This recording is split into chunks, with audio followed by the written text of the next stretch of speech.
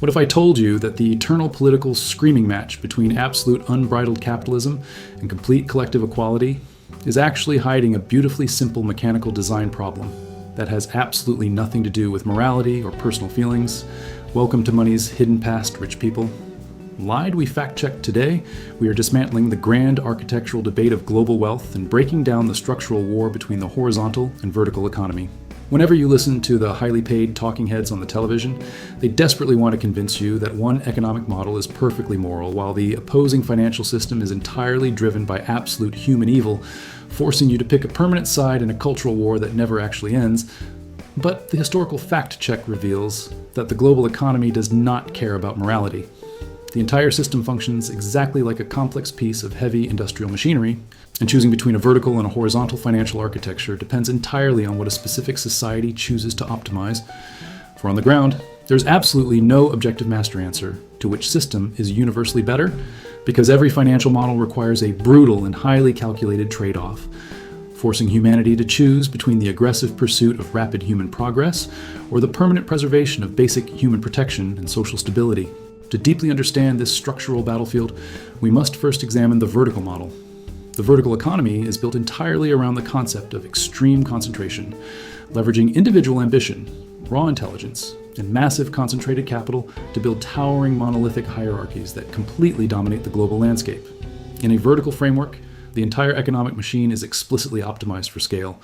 It operates on the foundational belief that human society advances the fastest when you heavily reward the absolute most exceptional and aggressive individuals, allowing them to capture an unlimited and uncapped share of the collective wealth. This model functions exactly like a highly efficient corporate rocket ship where the people sitting at the absolute top of the pyramid possess the power to make unilateral executive decisions without ever waiting for public permission, reinvesting billions of dollars into complex, highly volatile technological breakthroughs. Without the vertical economic engine, humanity would not possess advanced smartphones. We would not have global satellite communication networks or deep space exploration, because building a rocket ship requires an incomprehensible amount of centralized capital and a level of focused dictatorial execution that a public committee can never achieve. The vertical architecture breeds hyper-efficiency through intense vertical integration, allowing a single ambitious visionary to control every single piece of a supply chain. From the raw, physical materials in the ground to the digital code in the cloud driving down operational costs and scaling world-changing innovations at blinding speed.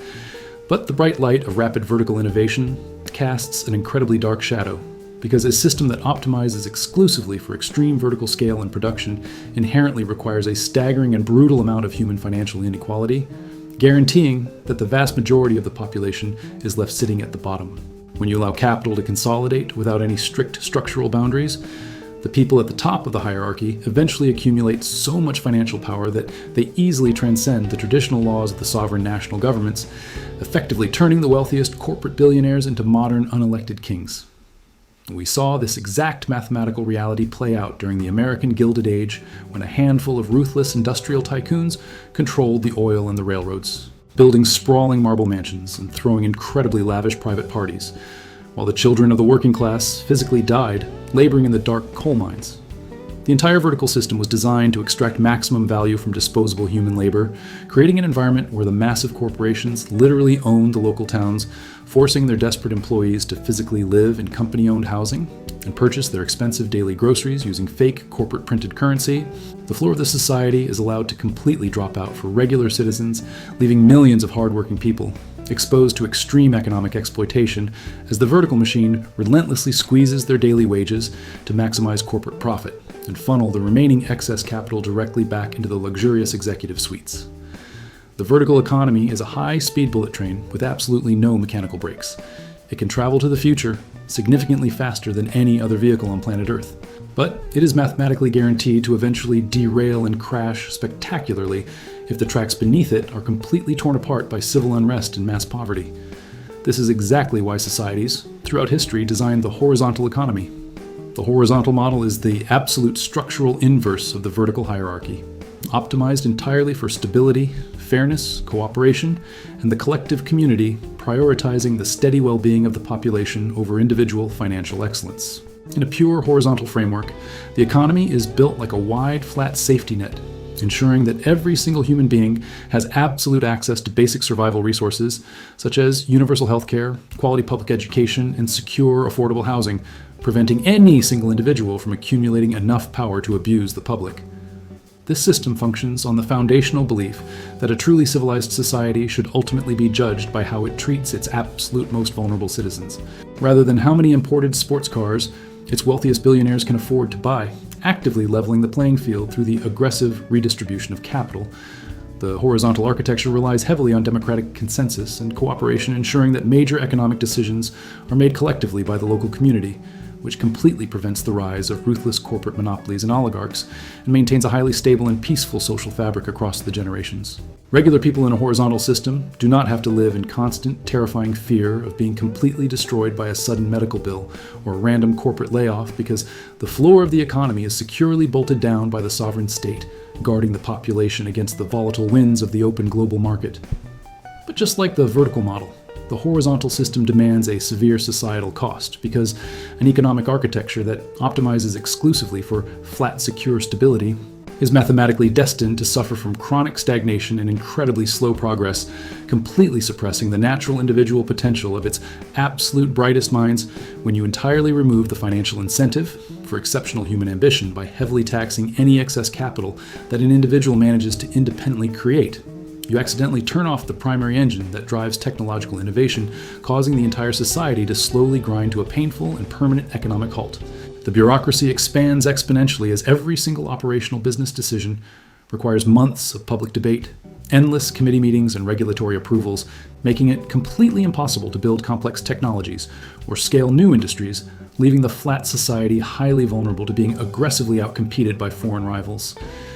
We witnessed this exact structural failure during the massive collapse of the Soviet Union, where the relentless pursuit of absolute horizontal economic equality destroyed production. Removing the basic human incentive to work hard and leading to massive agricultural shortages, proving that equality means absolutely nothing if everyone is equally starving in a breadline. When the sovereign government attempts to force absolute mathematical equality from the top down, they completely ignore the fundamental biological reality of human competition, which immediately gives birth to a massive and highly corrupt underground black market where the true vertical economy secretly thrives in the shadows away from the regulators. The horizontal economy is a perfectly safe and comfortable stationary house. It protects you completely from the cold, rain, and the dangerous wolves outside, but it cannot ever move you forward into the future or build a modern rocket ship, leaving the population living in a state of permanent and uninspiring mediocrity.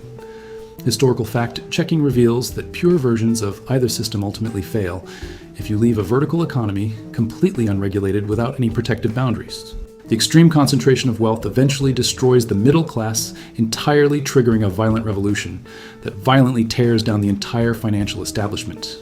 Conversely, if you enforce a pure horizontal economy with absolute total rigidity, the severe lack of production incentives permanently destroys the underlying creation of wealth until the sovereign government runs entirely out of the public money to distribute, collapsing the entire state into a dark era of shared systemic global poverty.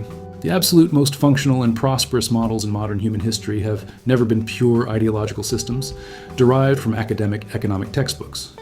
The winning formula has always been a highly calculated and strategic hybrid that weaponizes the strengths of both architectures simultaneously while neutralizing the costs. The ultimate economic verdict is that you must use a powerful vertical engine to aggressively generate extreme wealth and drive rapid technological innovation. But you must tightly surround that vertical engine with massive horizontal social guardrails to ensure the absolute floor does not drop out for the working class. Citizens, you allow the ambitious entrepreneurs to build massive, innovative global companies and reap incredible financial rewards for their deep intelligence and unique skills. But you fiercely use robust labor laws to protect the workers from raw exploitation, ensuring they receive a highly fair and dignified share of the massive corporate profits. You intelligently implement progressive taxation to fund a rock-solid horizontal floor, providing high-quality public education infrastructure and universal healthcare networks, so that the ordinary children of the working class have the foundational tools to potentially build the next great vertical technological innovation of the future. If you want to see a functional modern example of this highly successful hybrid theory, you can look directly at the economic structures utilized by the Nordic countries. They cultivate massive vertical billion-dollar corporations that compete on the global stage while utilizing the generated tax revenue to guarantee an incredibly high horizontal standard of living.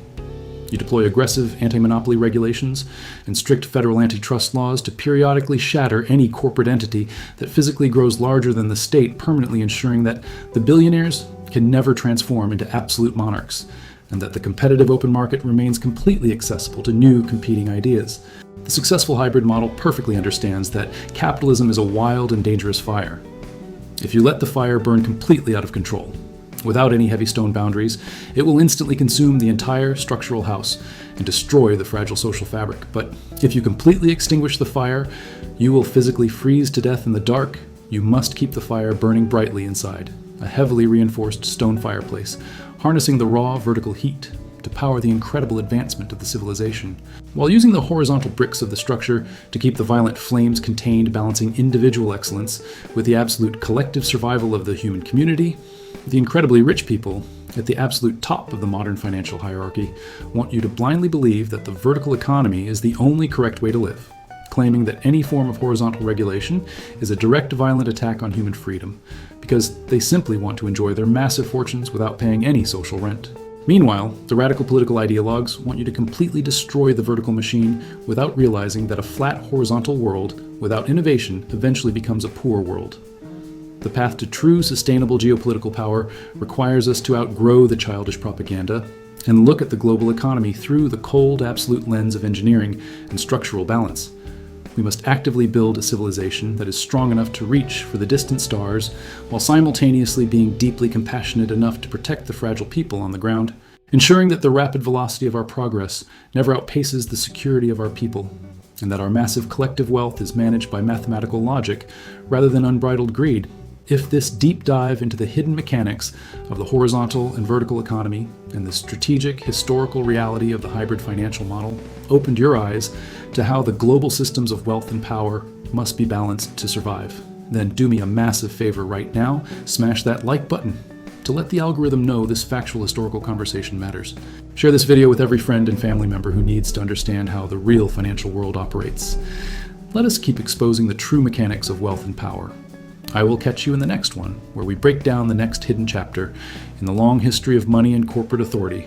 Until then, stay informed, stay skeptical, and remember that the best economic system is not the one that promises perfection, but the one that intelligently balances rapid progress with absolute human protection.